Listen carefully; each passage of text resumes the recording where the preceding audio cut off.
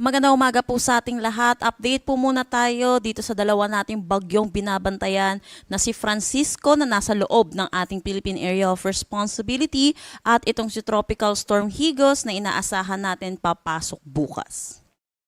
Para dito sa bagyong si Francisco, nananatili pa rin naman ito sa typhoon category at huling namataan sa layong 275 kilometers east ng Basco, Batanes.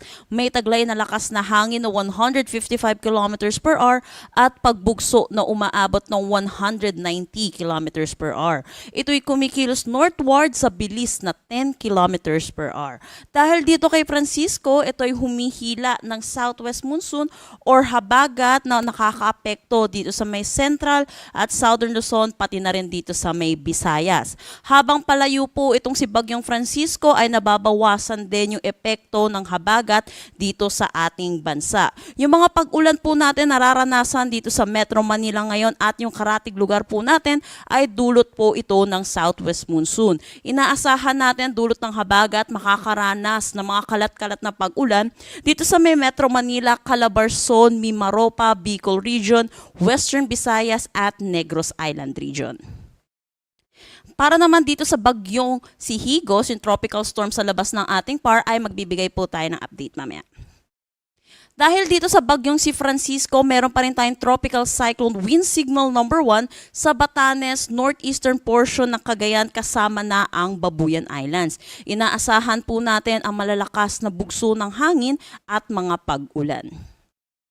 Para naman sa ating forecast track dito sa bagyong si Francisco, mananatili ito bilang isang typhoon category dito sa loob ng ating PAR. Pero meron na po itong weakening trend hanggang na maging isang ganap na severe tropical storm paglabas po ng ating Philippine Area of Responsibility.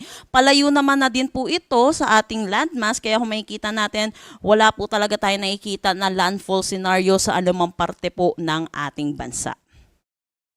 Para naman sa ating hangin na dulot nitong southwest monsoon at yung paligid nitong bagyong si Francisco, inaasahan natin ang malalakas na bugso ng hangin ngayong araw sa malaking bahagi ng Luzon, Visayas at ilang bahagi ng Mindanao.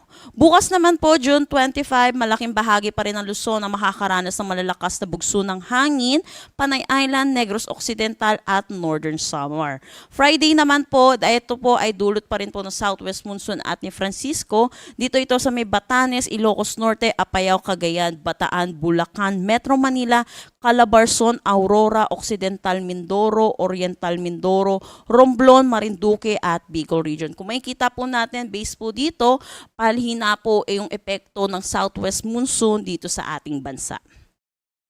Para naman sa paulan or yung ulan na inaasahan natin dito sa ating bagyong si Francisco at yung southwest monsoon, inaasahan natin ng 50 to 100 millimeters of rain dito sa may Batanes at Cagayan. Dulot naman ng southwest monsoon sa Occidental Mindoro at Palawan. Pinapaalalahanan po natin mga kababayan po natin dahil po sa ganitong klase po ng mga pag-ulan, inaasahan po natin yung mataas na tsansa ng mga pagbaha at mga pagguho ng lupa. Magaling po natin makinig sa ating mga local government unit.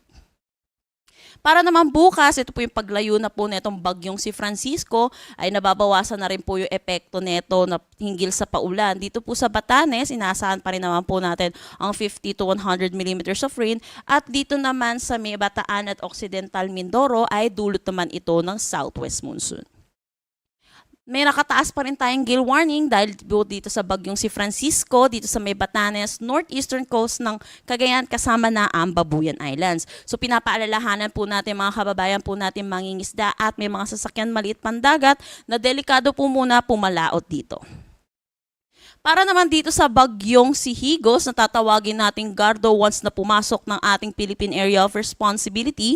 Ito ay tropical storm category pa rin at huling namataan sa layong 2,285 kilometers east ng southeastern Luzon. May taglay na lakas na hangin na 65 kilometers per hour at pagbugso na umaabot ng 80 kilometers per hour. Ito ay kumikilos westward sa bilis na 15 kilometers per hour.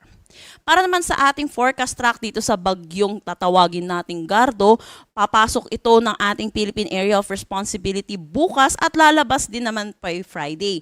Makikita natin masyado po itong malayo sa ating kalupaan at dito lang ito sa corner ng ating Philippine Area of Responsibility. Kaya hindi po natin inaasahan na magkakaroon po ito ng epekto hinggil sa mga paulan at hangin po.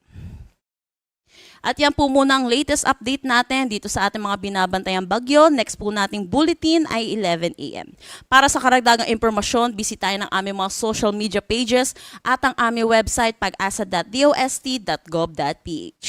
At yan po muna ang latest dito sa Pag-asa Weather Forecasting Center. Chanel Dominguez po at ingat po tayong lahat.